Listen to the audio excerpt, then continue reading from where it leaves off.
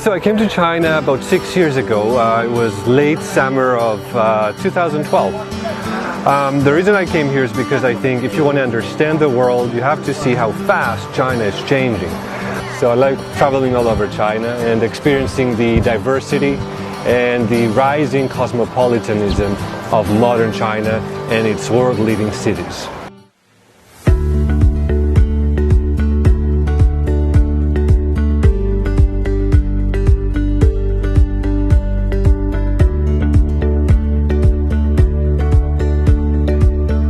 I'll introduce myself. So I'm Vasilis Strigas. I'm a research fellow at Tsinghua University, the Belt and Road Strategy Center, and also a doctoral candidate there.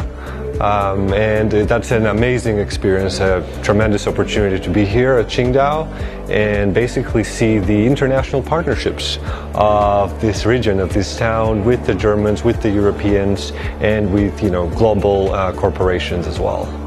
Of the city of the park. Well, what I see here is that in just 5 years, I think, and it's a very short time, the kind of technological partnership between Germany and China has really skyrocketed.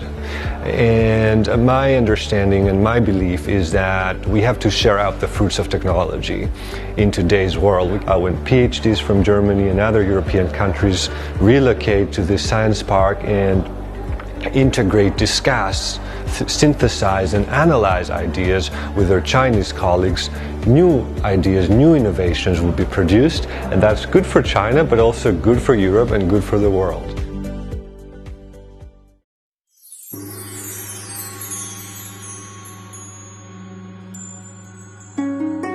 So this is the second time I visited Chifu.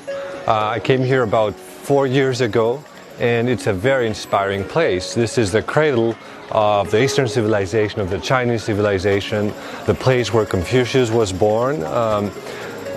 It's a very inspiring for me. Now, what Confucius accomplished is to create something secular as sacred, something secular and turn it into sacred.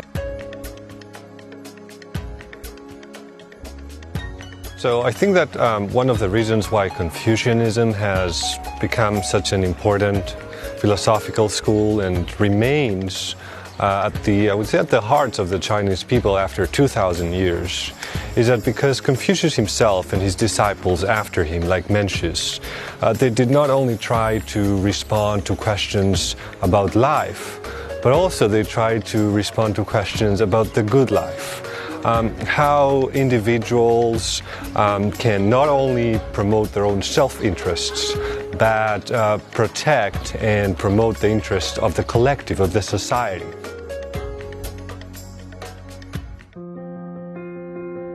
So what do I think it's the reason for the rapid development of China? Well, I think the first ingredient is the stability. After the end of the Cultural Revolution, the Chinese came to an understanding that stability, political stability, is an essential element of progress, of growth. And within the process of stabilizing the society, they came up with industrial policies. Industrial policies have long-term vision. You need to direct resources from the financial sector to the real productive sector of the economy. And in the past 40 years, through the reform and opening up process, China has diverged a lot of resources towards industry, manufacturing, and eventually today to high-level, high-quality manufacturing. I would think the third ingredient is science and technology. China is a secular society.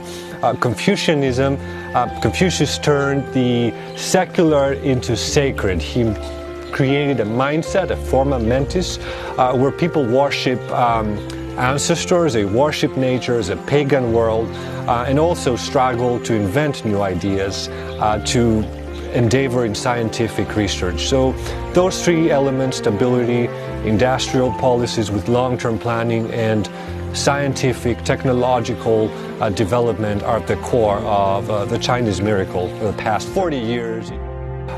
Basically, back in the late 70s, China was an economy of the size of Spain, and in like 40 years, it grew up with double-digit levels of growth, and now it has become the second largest economy on GDP, nominal GDP terms, or the first largest economy on purchasing power parity GDP terms. And honestly, I think the process should continue. I think if China is to become not just a superpower, but a model for other countries to emulate, it should continue reforming and opening up. But also, I think it's essential to underline the importance of human capital.